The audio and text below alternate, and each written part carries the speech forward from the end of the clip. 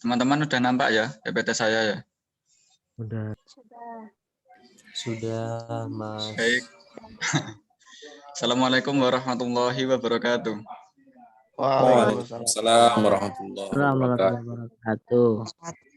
Alhamdulillah pada kesempatan pagi ini yang berbahagia kita masih diberikan waktu serta kemampuan untuk bertemu pada sesi diskusi virtual yang kali ini akan saya pimpin tentang temanya paradigma dan variabel penelitian.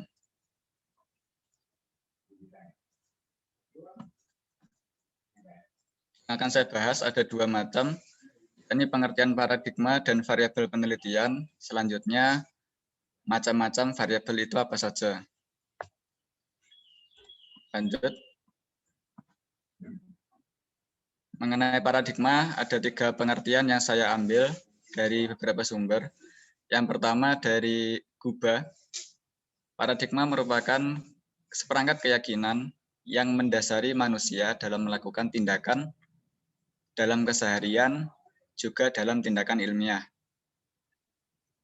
Riser memaparkan paradigma yaitu pola pikir yang mendasar dari peneliti tentang apa yang menjadi fokus utama permasalahan yang harusnya dipelajari oleh suatu cabang ilmu pengetahuan. Selanjutnya pada buku Metode Penelitian Kuantitatif dan Kualitatif, paradigma sering diartikan sebagai cara pandang peneliti terhadap sesuatu, kerangka berpikir peneliti terhadap masalah, juga penentu arah kegiatan penelitian. Dari beberapa pengertian ini bisa saya simpulkan kalau paradigma itu ya bagaimana sih cara seorang peneliti memandang suatu permasalahan yang akan ia teliti. Lalu dengan adanya paradigma tersebut, peneliti bisa memilih pendekatan apa yang nantinya digunakan dalam kegiatan penelitiannya. Selanjutnya,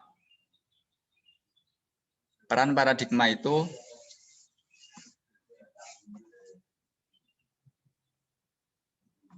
membantu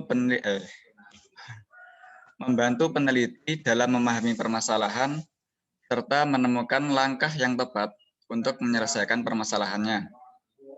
Yang kedua, membantu peneliti menggunakan metode dan pendekatan yang tepat.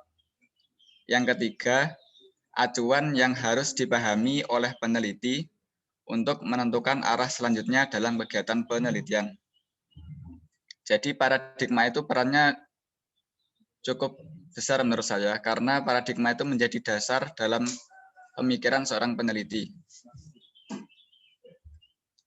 Selanjutnya, tentang pengertian variabel, saya mengambil 4 pengertian dari beberapa sumber. Yang pertama adalah dari Hatch dan Farhadi.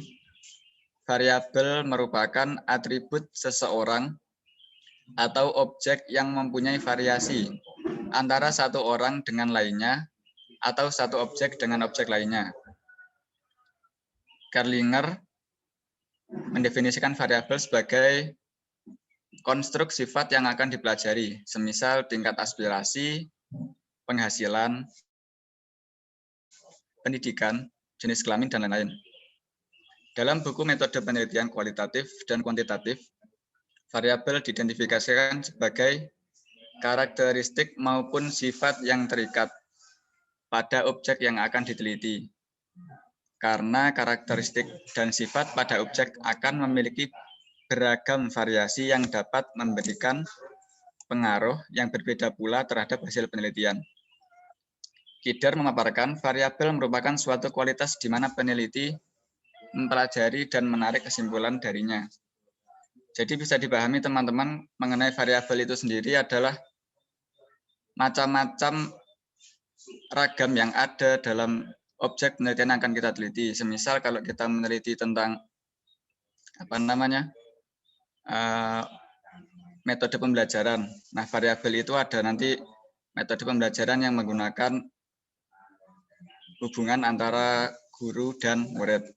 Dan nanti metode pembelajarannya akan menggunakan metode keaktifan atau metode yang lainnya seperti itu.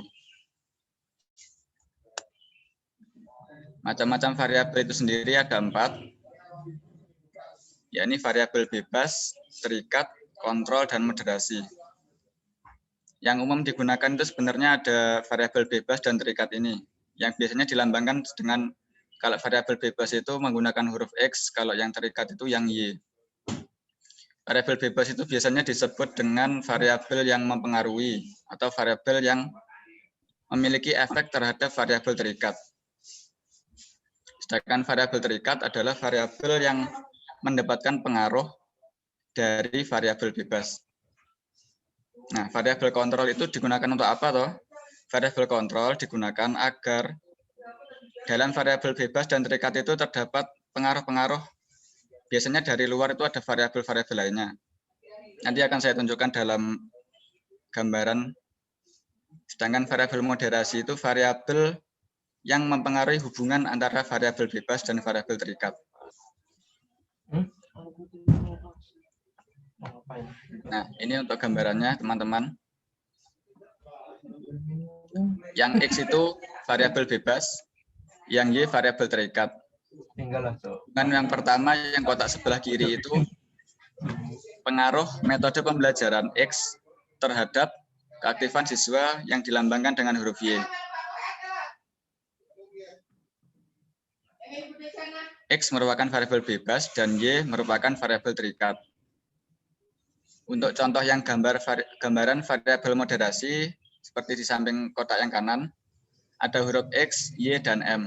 Yang X variabel bebas, Y variabel terikat, yang M moderasi. Contohnya penggunaan Google Classroom terhadap kedisiplinan siswa dalam mengumpulkan tugas akan diperkuat atau diperlemah oleh aksesibilitas siswa dalam mengakses Google Classroom tersebut. Nah, variabel moderasi itu apa toh? Variabel yang mempengaruhi hubungan antara X dan Y, bukan mempengaruhi yang X. Kan bisa jadi dalam hubungannya penggunaan Google Classroom terhadap kedisiplinan siswa itu adanya kemudahan penggunaan Google Classroom. Nanti ada juga misalnya susahnya siswa dalam mengakses Google Classroom karena keterbatasan kuota dan semacamnya, seperti itu. Lanjut, yang belum saya paparkan di PPT itu ada di makalah tentang definisi operasional variabel. Definisi operasional variabel itu kurang lebih gambarannya seperti bagaimana kita mendefinisikan variabel-variabel yang ada agar variabel yang kita teliti itu dipahami dengan sama oleh orang yang membaca hasil penelitian kita. Di makalah saya yang bagian terakhir itu ada dua penggunaan. Biasanya ada yang definisi dalam bentuk paragraf, ada yang dalam bentuk tabel. Dan sekian yang dapat saya sampaikan.